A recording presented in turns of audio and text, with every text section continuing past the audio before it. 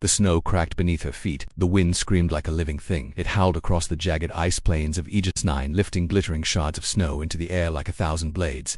The cold was cruel, here inhuman, metallic, sharp. Visibility was almost nothing, just white, endless white, broken only by the faint shadows of dead trees frozen mid-fall and mountains buried.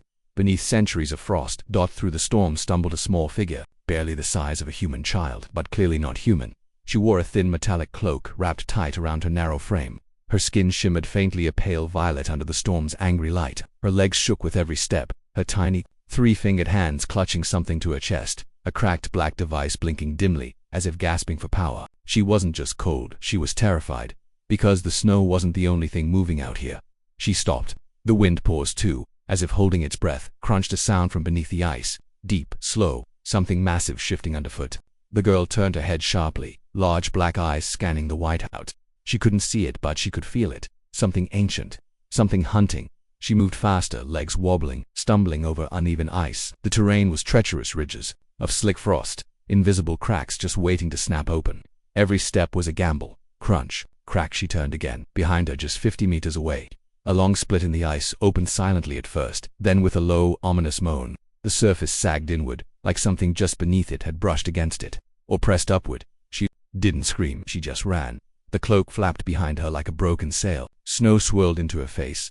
She tripped once, twice, but didn't stop. She reached the base of a sharp, icy slope and began to climb it, crawling more than walking. Her breath came out in clouds of mist that instantly froze on her face. Then, for just a moment, everything went still. The wind dropped. The ice was quiet. And then, boom! The ice behind her exploded upward in a shower of snow and shattered crystal. A massive black shape burst through the surface, but only for a second, just enough to glimpse a long, coiling silhouette, scales glistening like wet obsidian, and eyes like dim blue headlights in the storm. Then it vanished back beneath with a splashless hiss. She didn't look back. She just climbed out from far away, across the glacier. High on a frozen ridge, someone was watching. Through the lenses of a visor, a pair of binoculars tracked the tiny shape scrambling up the hill. The watcher adjusted the focus. "You're kidding me, .. He muttered.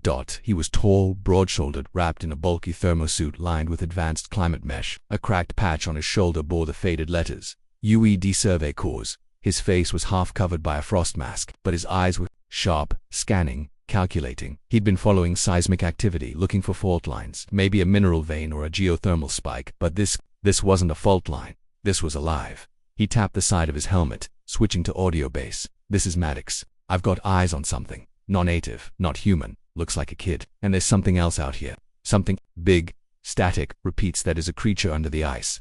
Possibly hunting her," only Static replied. "Of course, storm interference. No signal in this white abyss." Maddox lowered the binoculars. The girl was close to the summit now, but the ice beneath her had changed. He could see it from here, a faint ripple, a shimmer, like something circling. He exhaled slowly. "She's not gonna make it." He hesitated. Surveyors were trained not to interfere, observe, report, stay alive. But as he watched the tiny figure claw her way forward, cold and scared, a flicker of memory rose unbidden. Another storm. Another little girl. Long ago, on Earth, his niece, lost in a blizzard in the Rockies. She hadn't made it. He didn't hesitate again. Maddox grabbed his ice axe and began the descent. Each step was a careful stomp, anchor, pull, slide. The slope was steep, but he knew how to move on ice. The wind bit at him, but he pressed forward. Halfway down, he saw her falter. Her legs gave out. She collapsed into the snow, arms over her head. Beneath her, the ice bulged. "No, no, no," Maddox muttered, increasing his pace. He was 50 feet away, then 30. The bulge beneath her grew. She looked up. For the first time, she saw him. Their eyes locked. He raised one hand, slow and steady. "Don't move," he said softly, knowing she wouldn't understand, but hoping his tone carried meaning. "It hunts by sound." She froze. The ice beneath her split, and then a thunderous roar shattered the silence as the black serpent burst through the glacier directly below her. The girl screamed and Maddox ran. "Don't move. It hunts by sound." The creature exploded through the ice like a missile from beneath the planet's skin. A tower of jagged snow erupted skyward, shards whipping in every direction. The serpent's massive black body uncoiled into the air, not completely, just enough to show its scale. Its head was long and armored, with slick plates glistening like obsidian, and deep blue eyes glowing faintly through the mist. It let out a sound like a submarine groaning under pressure. Low, vibrating, and ancient. The tiny alien girl rolled instinctively to the side, narrowly avoiding the brunt of the blast. Her metallic cloak flared out like wings before it was torn from her shoulders and carried off by the wind. She hit the ground hard, sliding toward the edge of the ridge. Didn't think. He launched himself into a sprint down the slope, boots crunching hard into the ice. The incline was steep, but his training took over low center of gravity. Eyes forward, never looked down. She was just a few meters away now. The Serpent dove back into the ice with a sickening crack, and the frozen surface began to fracture in a widening spiral. The creature was circling beneath them, waiting for one of them to make a mistake. Maddox reached the girl and slid on one knee next to her, grabbing her shoulder gently. Hey, he shouted over the wind. Okay, can you move? Her huge black eyes stared at him, filled with fear. She didn't respond, didn't even blink. She was in shock. Another deep boom echoed from beneath the ice. The ground trembled, the spiral fracture widened. Maddox looked down. Not good. The ice was too thin here. The weight of both of them could trigger a collapse. He gently took her hand. We're gonna move. All right, slow, quiet. No sudden. The ice cracked beneath them like thunder. Run. He yanked her up and turned just in time for the surface to give way behind them. A huge chunk of glacier fell into a pit of nothingness, revealing the dark blur of scales moving just beneath the surface water. Maddox held the girl in one arm and sprinted, navigating a labyrinth of unstable terrain. Behind them, the ice serpent surged forward just below the surface, chasing them like a shark in thin ice. He saw a ledge ahead, a rocky outcrop breaking through the snow. Safer footing, he pushed harder. The girl suddenly pointed with her free hand, shrieking a melodic warning, a sound both beautiful and sharp. Maddox looked left just in time to dodge a crack that opened beneath his feet. They reached the ledge and threw themselves onto solid rock just as the serpent slammed into the ice beside them, sending another blast of snow skyward. The creature paused, circling in the freezing water, its massive body just barely visible under the translucent ice. Its blue eyes glowed faintly as it watched them, then slowly sank away into the deep silence. Maddox lay on his back, panting. The girl curled beside him, trembling. She clutched the cracked black device in her hands again, like it was the only thing keeping her alive. He sat up slowly and pulled down his frost mask. You're a long way from home, little one, he muttered. The girl looked at him, her expression unreadable. She spoke a string of soft melodic tones, musical and delicate. Not a single word was familiar. Her voice sounded almost like a lullaby. Yeah, I don't speak. Whatever that is, Maddox said gently. He gestured to himself. Eric Maddox.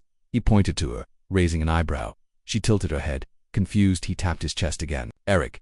She blinked, then slowly raised a small finger and touched his jacket. Patrick. She echoed, voice soft and slow. Maddox nodded, smiling slightly. Close enough. Then she tapped her own chest and sang out something short and sweet, 2 syllables, maybe 3.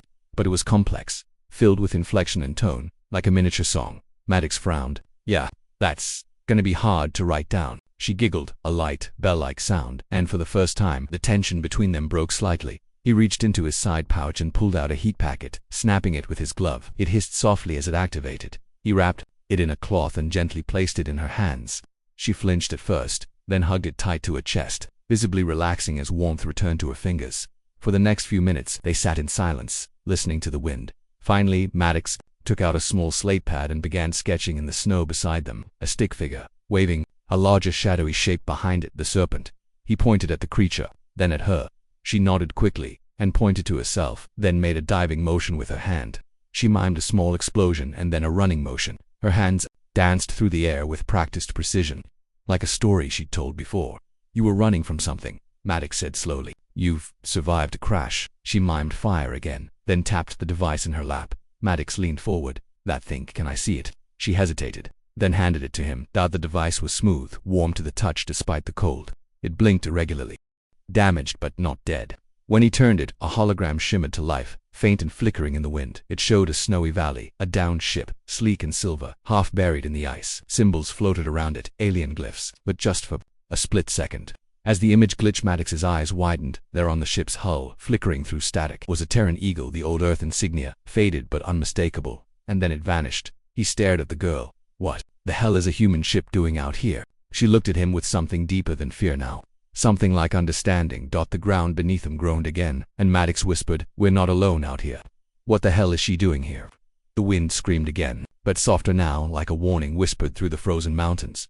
Maddox stared at the flickering hologram, still hovering above the strange alien device. The image was weak, broken, but unmistakable. The Terran eagle, old Earth insignia. It flashed on the side of the crashed ship for only a heartbeat before fading into digital noise. He rubbed his gloved hand over his visor, blinked hard, then looked again. Nothing. The girl, this tiny, violet-skinned alien with large black eyes and musical speech, watched him closely, hugging her knees. The heat pack he'd given her was now cooling, and the shimmer in her hands was beginning to dim. Maddox looked at her. "How do you know about Earth?" he asked aloud, voice low, as if the mountains themselves might overhear. "Of course." She didn't respond, but something in her gaze shifted, like she recognized the word. He tapped the device again, and this time, when the hologram rebooted, it showed a map, a 3D terrain scan of the glacial region. A red blinking dot was pulsing in the center. He zoomed in. There it was again. That wreck, the ship. It was located maybe 2 clicks west of their current position, half buried in ice. According to the scan, it was massive, almost 70 meters long, too big for a simple explorer craft. Too human. And that meant one thing. Maddox was no longer on a basic survey mission. He was sitting on a damn first contact mystery involving lost Terran tech and unknown alien life. "Protocol says I call it in," he muttered to himself, eyes scanning the storm, but there was still no signal. The static hadn't let up. Radio silence. He looked down at the girl. She was trembling again, either from the cold or something else. No choice. He stood up and extended a hand toward her. "We're heading west, toward your ship, if that's what it is." She looked at his hand, uncertain, then slowly reached up and took it. Her hand was light, delicate, cold as glass. They moved. The path west was brutal. Wind-whipped ridges, knife-sharp ice spines, visibility dropping by the minute. Maddox used his terrain scanner to stay on course, but the deeper they went, the stranger things became. First, the temperature began to rise, not by much, just a degree or two, but enough to feel it in the air. The snow had a slight melt to it now, forming slick puddles underfoot. Then came the sounds, muffled, distant, like voices underwater, whispers just at the edge of hearing. Maddox paused mid-stride, turning to the girl. "Did you hear that?" She nodded slowly. The glacier groaned beneath them, but the voices didn't stop, and then they crested a hill and the landscape changed. Below them lay a shallow valley, almost bold. At the center, half submerged in snow and cracked ice, was the wreck. It was beautiful in its own way, smooth lines, silver plating worn down by time and storm, jagged black scars running across the hull like claw marks. One engine nacelle was completely torn off, buried nearby. A small section of hull had been peeled open, revealing dark corridors inside. Maddox held his breath. There it was, just like the scan had shown. The girl squeezed his hand gently. She pointed toward the ship and let out a soft, sad note sound filled with memory. "This is yours?" he asked. She nodded once. They began to descend into the valley. Snow hissed beneath their boots. The ship loomed larger with every step, its hull glowing faintly from patches of embedded energy crystals. They reached the main breach in the side of the ship. Maddox pulled a light from his belt and aimed it inside. Wreckage, exposed wires, burned panels, no bodies, but there were signs of life, sleep pods, shattered but recognizable.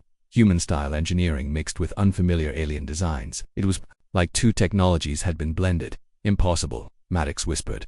"This looks like Earth tech, but it's not. At least, not just." The girl stepped forward, carefully navigating the metal. She moved like she knew the layout, even in its broken state. Then she stopped in front of a wall panel. A narrow black slit ran down its center, still glowing dimly. She pressed her hand against it. The panel responded instantly, singing. A soft, melodic chime filled the chamber. Lights blinked awake. Holograms flickered. A field projection shimmered into place. A face appeared in the air, a human face, female, mid-40s, short hair, stern expression. She spoke. "Command log, Captain Eliza, Maddox, UED, Vessel Pathfinder." Maddox's blood froze. Maddox. That was his last name. The hologram continued. "If anyone finds this message, know that we attempted the fusion. The Singularity Treaty failed.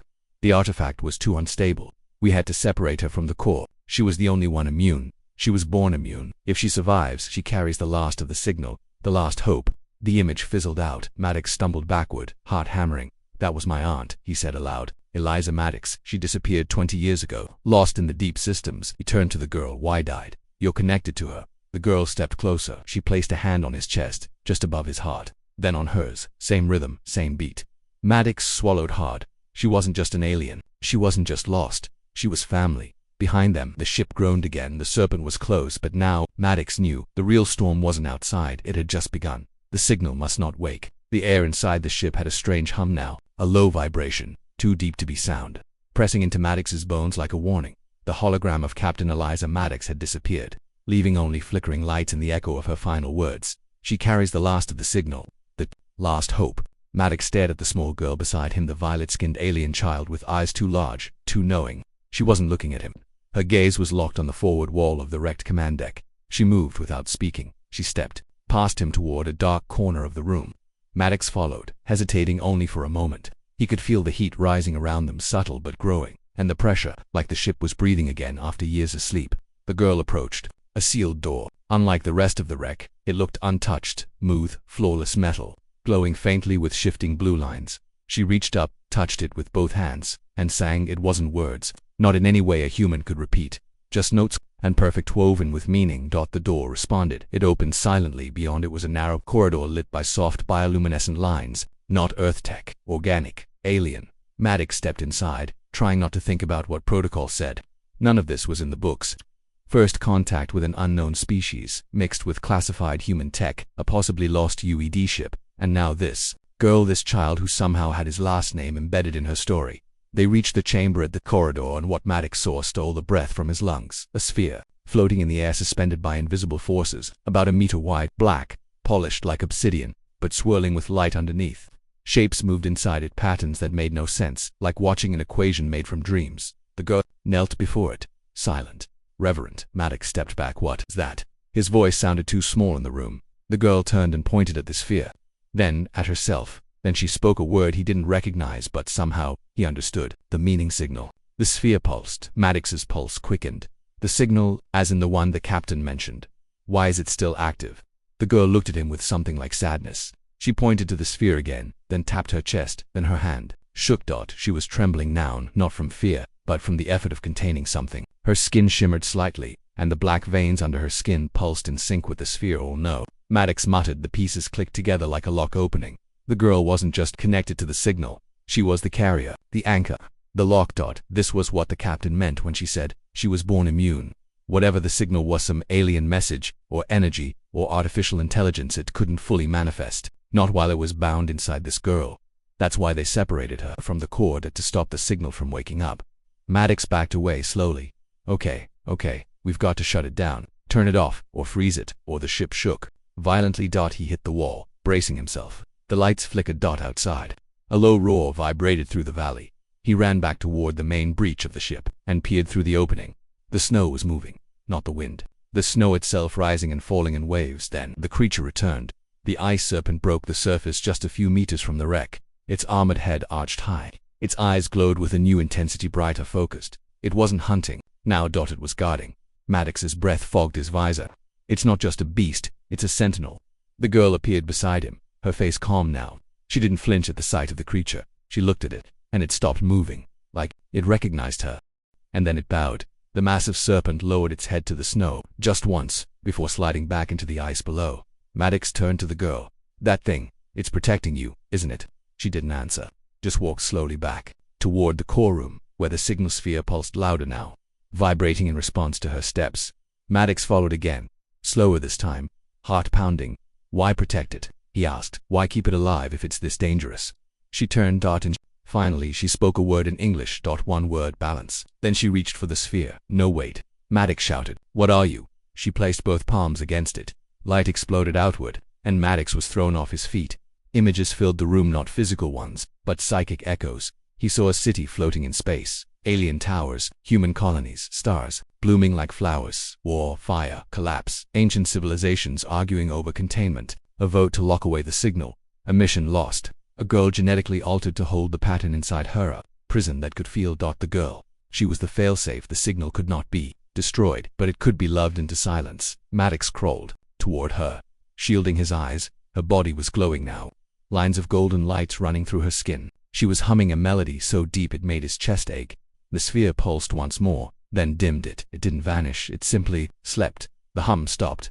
The pressure lifted and the storm outside began to fade. The girl collapsed. Maddox caught her. She was breathing better, but she was smiling. The ship quieted, the lights faded. The danger passed, but Maddox knew this was far from over. He held the child close, heart thudding, because somewhere deep in the galaxy someone or something would want that signal back, and now they both had a target on their backs. Something's coming through the ice. The storm had stopped, not slowed, not faded, stopped, like someone had flipped a switch. Maddox sat inside the silent wreck, holding the alien girl close to his chest. Her skin was dim now, the gold light gone, replaced by a soft, translucent blue glow under her skin, like the last flicker of a candle. She was breathing, but shallow. The signal had gone dormant. Maddox didn't know how long that would last. Maybe hours, maybe forever, or maybe just long enough to attract whoever was listening. He looked around the broken control room. Power systems were fried. Comms still jammed. His own datapad had short-circuited from the feedback burst during the signal containment. They were cut off and still very, very exposed. He laid the girl gently against a padded wall panel, using his coat as a makeshift blanket. "Rest," he whispered, not even sure she understood anymore. "I'll figure this out." Outside, the sky had cleared. No wind, no snow, just a glowing, icy sky stretching over the horizon. In the eerie calm, Maddox ventured outside the ship. That's when he noticed the hole. It hadn't been there before. Near the edge of the crater, in the snow-packed cliff, a perfect circular shaft had been melted clean through the ice. It descended into darkness. Maddox approached cautiously. The snow was burned, not just melted, vaporized. He knelt beside the edge and felt the air rising from below, warm, mechanical, pressurized. This wasn't natural, and it wasn't caused by the girl. Something had arrived. Suddenly, the ground trembled. A faint vibration rippled through the ice, subtle but deliberate. Maddox turned back toward the ship. The girl was standing at the entrance, barefoot, pale, glowing again. He ran to her. "You shouldn't be up." She raised her hand and pointed toward the new hole in the ice. Her eyes glowed brighter, now white fire behind black pupils. "It found us." Maddox blinked. "What found us?" She didn't answer. Not with words. Suddenly, Maddox's mind filled with images, not memories, not his own. A structure orbiting a dead star. Giant silent machines around it. A vault, a prison, and inside it, the core of the signal, locked behind quantum seals, artificial alive. Watching, waiting, and when the signal went quiet, it noticed it's a retrieval protocol, Maddox whispered. "Some kind of automated cleanup crew." The girl nodded once. "Wakes when I suppress." "You mean every time you silence the signal, it comes for you?" She said nothing, but her expression confirmed it. Maddox clenched his fists. "Then we need to move. Now we find higher ground. Maybe signal a distress beacon again." But the girl was staring at the hole, frozen, eyes wide, and then he heard it too. A click, soft, metallic, rhythmic, like mechanical insect legs tapping against steel. Then another, then hundreds. He backed up from the hole in the ice. They emerged spider-like. Drones, each about a meter tall. Sleek, black, with red sensor eyes and humming grav disks, keeping them suspended a few centimeters off the ground. They didn't charge, they scanned. One locked onto the girl. She flinched. Maddox stepped between them. "You're not taking her." The drone tilted, then projected a hologram in midair. It wasn't human. It was a symbol like a warning triangle with an infinity loop inside. Maddox's translator tried to make sense of it, but only returned one word: reclamation. The drone moved forward. The girl screamed down in human sound. Piercing and bright. The snow exploded. The ice serpent surged from the ground like a torpedo. It ripped through two of the drones in a flash of teeth and pressure. The others scattered instantly, forming an aerial circle. But they hadn't planned for the serpent. It wasn't just big, it was angry. It slammed into the ice again, throwing shards into the air. Drones zipped around it like hornets, lasers crackling from their undersides, but the creature's hide was too thick, too old. Its body shimmered with layered energy. It wasn't just a protector, it was a living failsafe. Maddox. The girl cried, grabbing his hand. He turned to her. "We can't stay here." She nodded and began running. Maddox followed, heart pounding, as the valley behind them became a battlefield of ancient engineering and alien wrath. They reached the far side of the valley, where a collapsed cliff had revealed another path, possibly leading toward higher elevation. As they climbed, Maddox looked back. The Serpent was holding the line, but more drones were arriving, hundreds, descending from orbit like dark snowflakes. He knew then, this wasn't just a sweep, that was a recovery operation, and if they failed to capture the girl, they'd destroy everything to keep the signal quiet. At the ridge, the girl stumbled. Maddox caught her panting. He looked up. Above them, in the thin clouds, a silhouette moved, smooth, silent. A ship. Not human, large, shaped like a teardrop of obsidian, smooth as glass, rimmed with glowing vents. It was waiting. Maddox activated his emergency beacon again, hoping anything would break through the interference. Static. Then Maddox, "This is UED Phantom. Your signal is weak. Please repeat." He froze. "UED Phantom. This is Corporal Maddox.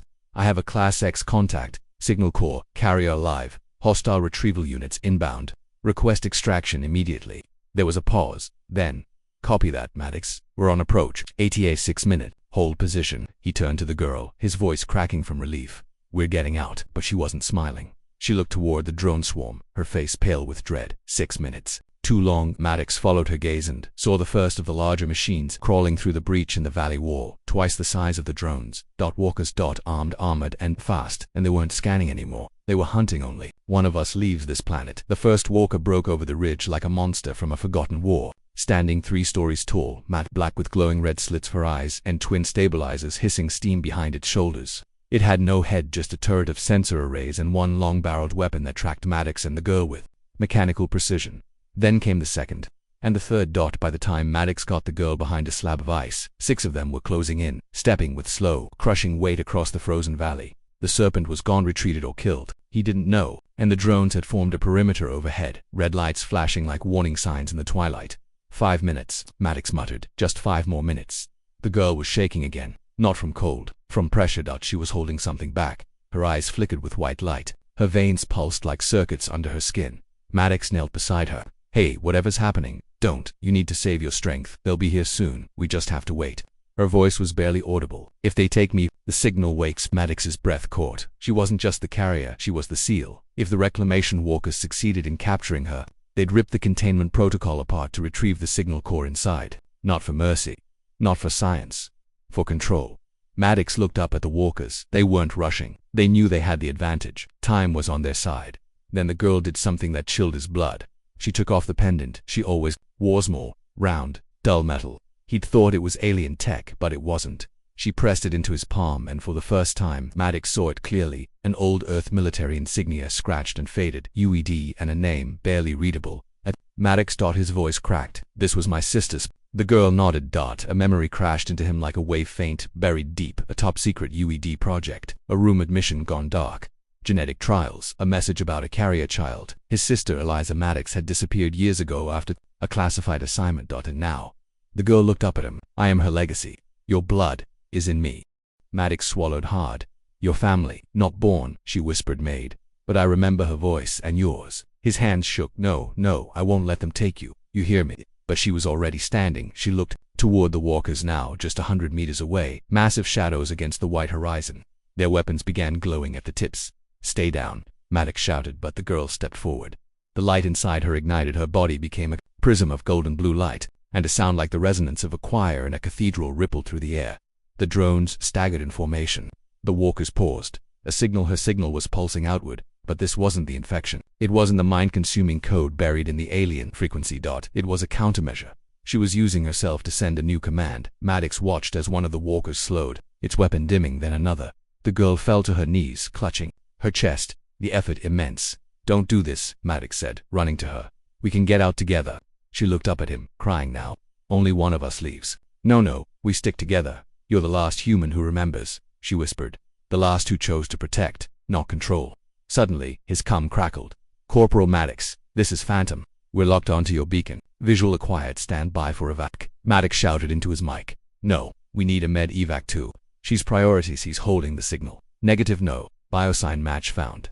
Just one human heat signature. Repeat, one to beam heat. He froze. He looked at her. She was fading literally, her skin becoming translucent, her energy bleeding into the ice, into the sky. She looked up at him with a soft smile. Tell them the signal was never the threat, she said. It was the fear. The fear made them want to lock it away and control anyone who could feel it. Maddox knelt beside her. You don't have to die. She touched his face. I was never meant to live long, she said. I was meant to contain, and now I choose release. Above them, the drone formation began to collapse. One by one their lights blinked out. The walkers stopped moving, locked in place, then shut down. The signal was silenced for good. The girl exhaled one last time. The wind picked up, soft and warm. Maddox stood, silent, holding her pendant in his hand. A beam of light from the Phantom ship broke through the sky, wrapping him in its warmth. As he rose into the air, pulled toward safety, he looked down one last time, where the Gert had stood. There was only a ring of gold light in the snow, slowly fading, a perfect circle, a seal, closed. Epilogue. 1 year later, Maddox stood before the United Earth Directorate's first contact tribunal. They told me the signal was a weapon, he said. But it wasn't. It was memory, emotion, a frequency too deep to explain. And we tried to kill it because we didn't understand it. He paused, holding the pendant in his hand. But a little girl taught me that humanity isn't about control or power. It's about the choice to protect what we fear, even when we don't understand it. He placed the pendant on the table and walked out. As he left, behind sealed glass, a lab technician looked up from a readout. Sir, we're detecting a faint pulse. Same frequency as the signal. The supervisor frowned. Where the tech hesitated, then turned the screen. A new location, far away, a different planet, but the same rhythm, heartbeat. Final message to the audience. Closing thought. Sometimes, the most dangerous thing in the galaxy isn't a weapon. It's a child's voice. No one wanted to hear. And the bravest act in the universe is listening. The end.